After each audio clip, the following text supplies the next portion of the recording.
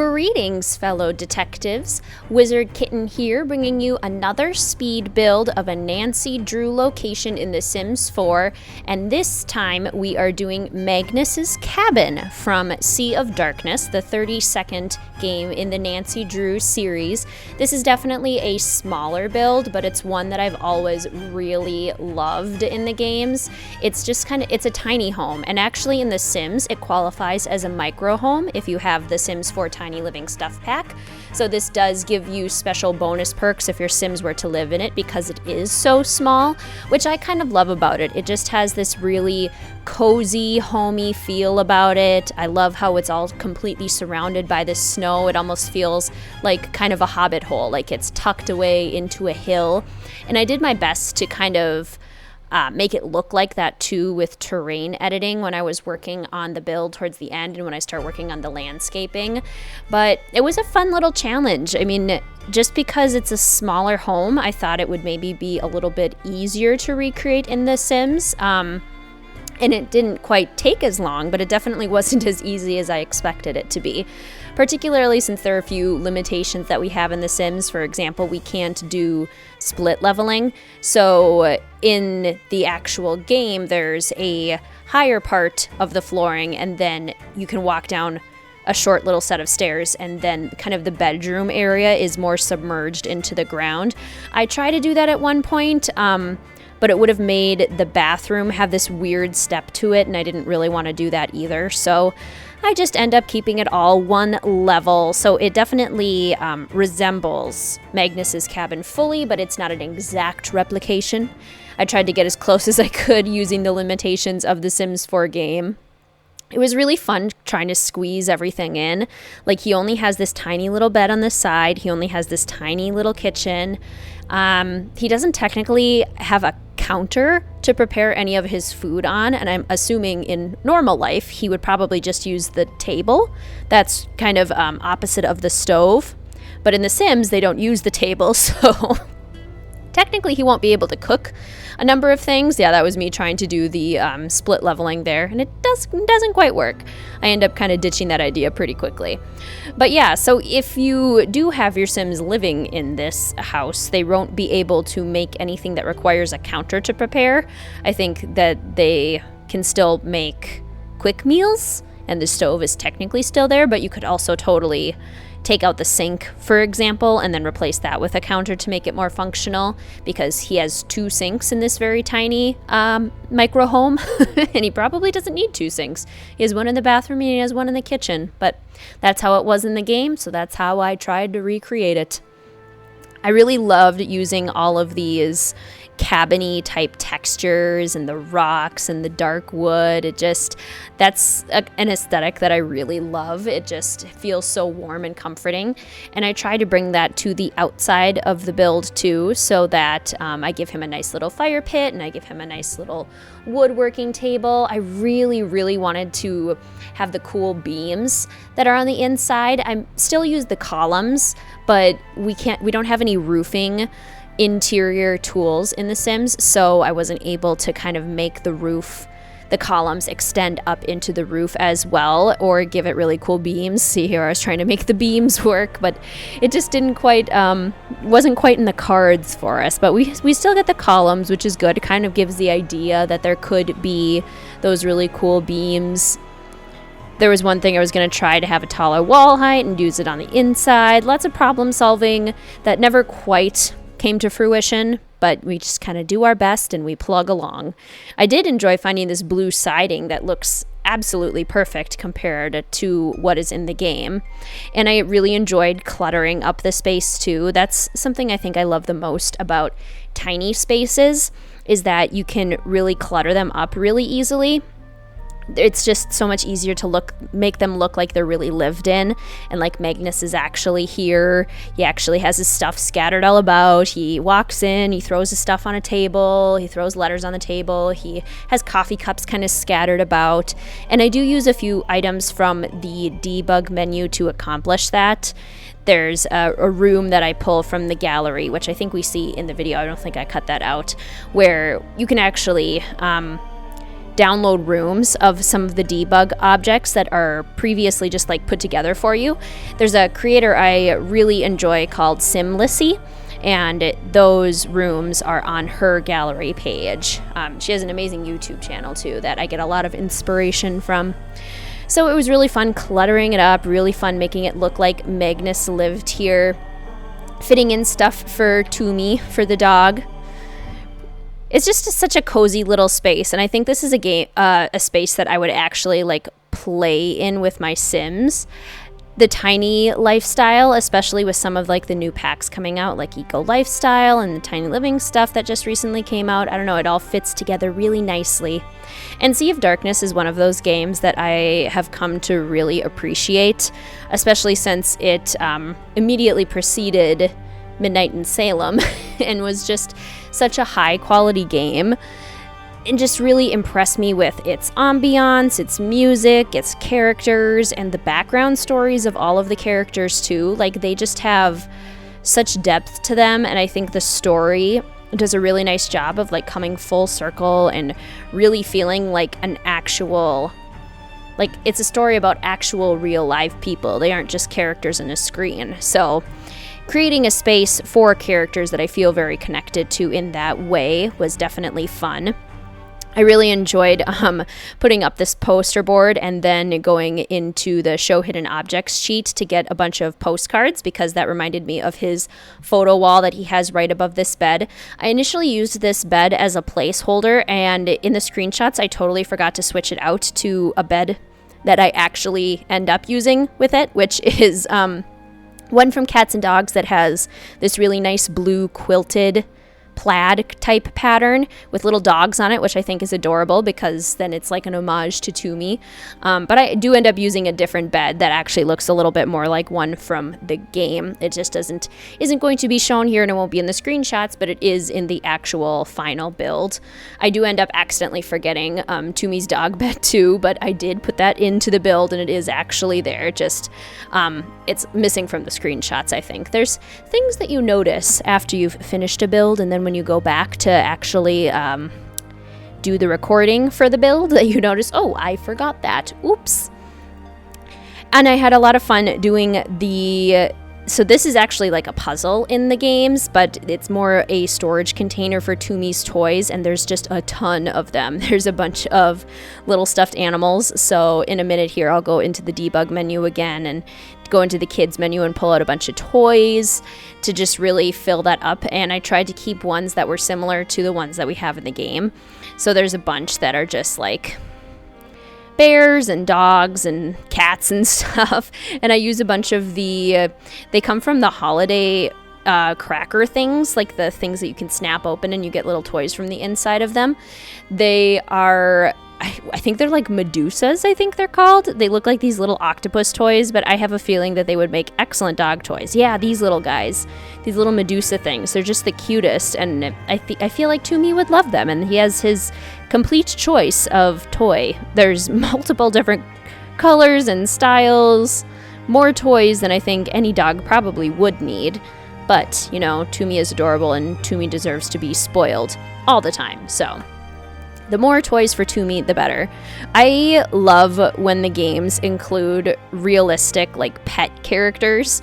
I think I'm always in favor of that in the games. One, because pets are adorable, and two, because it just, again, it makes the characters feel more lifelike. It's like they have more at stake in their lives when they care more about other characters or their pets. Like, we've got Yuri in Secret of the Old Clock. We've got Toomey in this game. And there's really not a whole lot of, like, other representation. I mean, Jeff Akers has a dog in Ghost Dogs of Moon Lake. Then, of course, there's the ghost dogs, but that's a whole other story. And I really liked putting the curtain in front of the build here because it looked a lot like the curtain that you kind of pull aside to reveal the cabinet. I do end up hiding the table that I was mimicking by doing that. He has kind of like this little blue table that's kind of in front of the door. So that ends up getting hidden a little bit, but I think for the aesthetic of having the curtain there, it worked okay for me. It also means that there's kind of a little jut out from the side, which we don't necessarily see when we're looking at the outside of the build, but we don't see the side, so I was able to take a little bit of creative liberty with that and just kind of assume that that might be there. If I didn't do that, then nothing would fit in the build, so I figured it was worth it. And Magnus has these beautiful cabinets and shelves above his bed, and we don't really have anything like that in the game, so I took a little bit of creative liberty here and kind of just put in more useful items. So I put in that cute little shelf that we got from Tiny Living with all of the little kitchen items on it. All of the cute little clutter that way. The bookshelf definitely is more useful, so there's actually like some skill building objects there. And then moving on to the little bathroom at the back here. It's actually a pretty decent sized bathroom for such a small, tiny build, a micro build, if you will. There is a little shower here, and you can see the curtain through the door when you're actually in the game. So I figured it would make sense to kind of make a mock curtain there. I assume that there wouldn't actually be a wall in Magnus's shower, but the curtain would kind of attach to the ceiling and you would be able to pull it around, and it would have still a standing shower like the one that we got from university that I do end up using in this build, but we can't really do that in The Sims. There can't just be a free-floating curtain. So I add a wall with a clear glass window in there to kind of mimic that, which was a lot of fun. And then just cluttering up his bathroom a little bit. He's got to have his soap. He's got to have his toothbrushes. Put a couple towels in here. I think it's funny because I think Magnus definitely would have very minimal things in his bathroom. He probably would not have any decorations in his bathroom. I do end up giving this shelf just because the space was super empty and I wanted it to have a little bit more to it, a little bit more heft to it. So I used this shelf from, again, Tiny Living Stuff Pack. It worked really nicely for this teeny little build.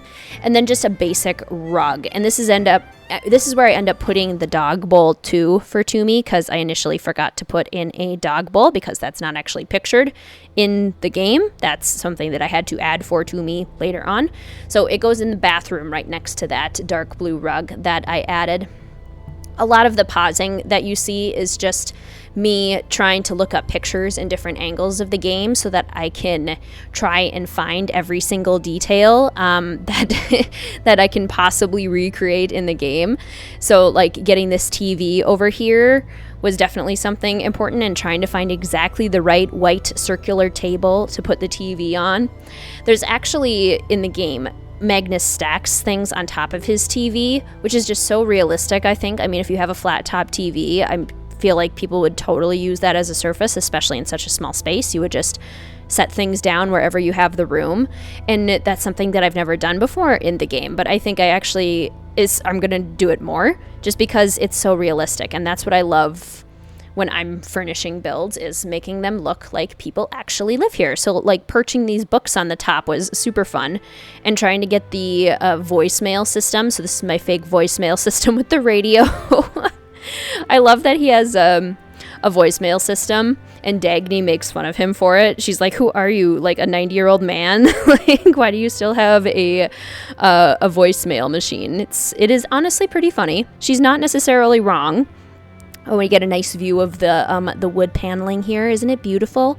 The dark, the texture, the worn look of the wood. Sometimes when we are looking up new angles in pictures, we don't necessarily realize what we have paused on, and I apparently paused on a blank wood wall, so there you go. And again, Magnus has 2 sinks, so in the game this one is actually pictured, and I initially had it facing the way that it is pictured in the actual game, but there was no way that a sim was going to be able to use it if I faced it that way, and they would be able to use it perfectly fine if I were to face it this way. So I just, again, took a little bit of creative liberty and decided that that was more important than having it look exactly like the game in that sense. These clutter items were just so helpful for this build. I really enjoy imagining just the characters coming into this space, like Elizabeth, for example, and trying to clean up Magnus's stuff, and then Magnus making it dirty immediately afterwards. Like, there's just no way to keep it perfectly clean, and yet he kind of has to because it's such a tight space. So, he does what he can, but it's definitely not a priority for him. I feel like he doesn't actually spend a whole ton of time here. He would much rather be on his ship. He would much rather be on the sea doing other things, and he probably only comes here very periodically when it's necessary. I mean, he has a huge bedroom on the ship. Oh, again, here we have a lovely view of the wall. He has a huge bedroom on the ship, so he doesn't really even need this cabin. But I guess in real life, maybe characters need to have a physical address. Like maybe you can't just have a boat be your address. And also he doesn't technically own the ship. So that's, I guess, another problem with it. He seemed like the kind of person who would stack a bunch of things on top of his refrigerator, especially since this refrigerator happens to be quite small. So I stacked a bunch of clutter items up there, just some coffee, like the olive oil bottle, this open cereal box and open cans and whatnot. Thought about adding a fan above the stove, but it just kind of didn't make sense. But very shortly here, we're going to start moving on to the landscaping for the outside of this house. So this cabin, this micro home, whatever you would like to call it. So basically for the landscaping, I was trying to replicate what we see when Nancy rides up on the snowmobile and she can see the cabin from the outside. And what she can see are these like big stone pillars on the side of the cabin. And I imagine that those are there either for insulation or for architectural detailing. Because when you go into the house, you don't actually see any stone. And the shape of the stone pillars aren't really there. So I just kind of added them onto the outside, imagining that they're more like an architectural detail kind of thing. And then I start to work on creating hills and plant areas that really kind of fill in the space and make it feel more like it's part of the landscape. Especially in the game, in The Sims, the snow doesn't accumulate, so we don't get big piles of snow. We sometimes get little piles of snow that your Sims can shovel, but there aren't any like big old mounds of snow. So I just kind of tried to mimic that with the landscaping. I tried to get it as high up as I possibly could. And then in the screenshots where there is actually snow, because I end up moving this build to a world that has... it's currently in winter. So in the screenshots, hopefully it'll look more like the snow has made it all the way up to higher parts of the cabin. Because that's definitely how it looks when Nancy goes to it. It's almost like there's this really big mound of snow sitting up at the top. So yeah, lots of landscaping fun, good times. I definitely enjoy trying to recreate the Nancy Drew builds, and my ultimate goal is to try and recreate at least one location from every game.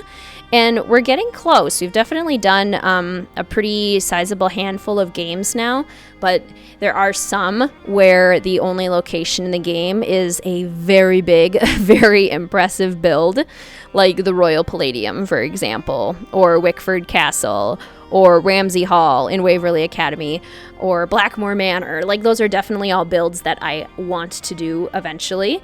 I'm intimidated by them, but I think that they'll be a fun challenge. They're going to be huge videos too. Like, I'll probably have to break those up into smaller series, or smaller videos, like a 3-part series or something like that when I do eventually get around to those. It's definitely my plan to continue working on Sims 4 Nancy Drew builds, especially throughout the summer. This is my last week of school, so summer is coming up, which I'm super excited for. What are you guys excited for this summer? Do you have any fun plans? Do you have anything that you want to do, or anywhere that you really hope that you can maybe go? I know there's a lot of uncertainty right now, so... a lot of it is like, well, this summer I kind of hope I can do this, but if I can't, then my plans are kind of to do this. So that's kind of where I'm at. But most of the things that I do plan on doing involve making videos for you guys. So if you have any suggestions of things that you really want to see, builds that you really want to see, characters that you really want to see in Create a Sim, video ideas, I'm always happy to hear that. I'm not necessarily able to do every single recommendation, but I do try to really take those into consideration.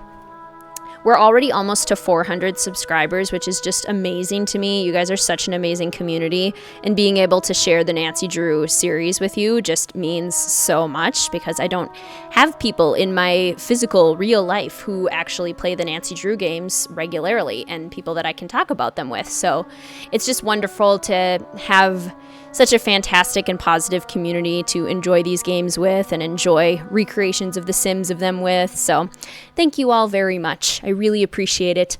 If you're looking for more content for the channel, we do now have an Instagram as well. So if you would like to follow the channel on Instagram, it's WizardKittenYT. I do updates for the live streams that I've been doing, and then just some like side content as well. So that's always a whole bunch of fun. The landscaping is definitely coming together now. I wanted to make sure I added lots of pine trees, lots of conifers. I don't really know the foliage of Iceland, but you know, I I assumed it would probably be more like northern type foliage. So here we are doing some of the screenshots. I tried to take pictures from angles that you see in the game as well. Tried to recreate it as best as I could with just a few creative liberties here and there. And you notice I totally forgot Toomey's bed. Don't worry, it is in the final build. And I will try and get that posted up onto the gallery if I can get my internet to cooperate. The gallery is very finicky. Fun little bathroom here. And then we'll move on to some outside shots of kind of what it looks like at night in the summer, and then a couple of winter shots as well. Thank you so much, fellow detectives, for watching this video. I do hope you enjoyed it. If you did, feel free to give it a big thumbs up, hit that like button, and if you're not subscribed already, please feel free to do so and hit that notification bell for more Nancy Drew content. Thank you so much for watching, fellow detectives. I will see you soon.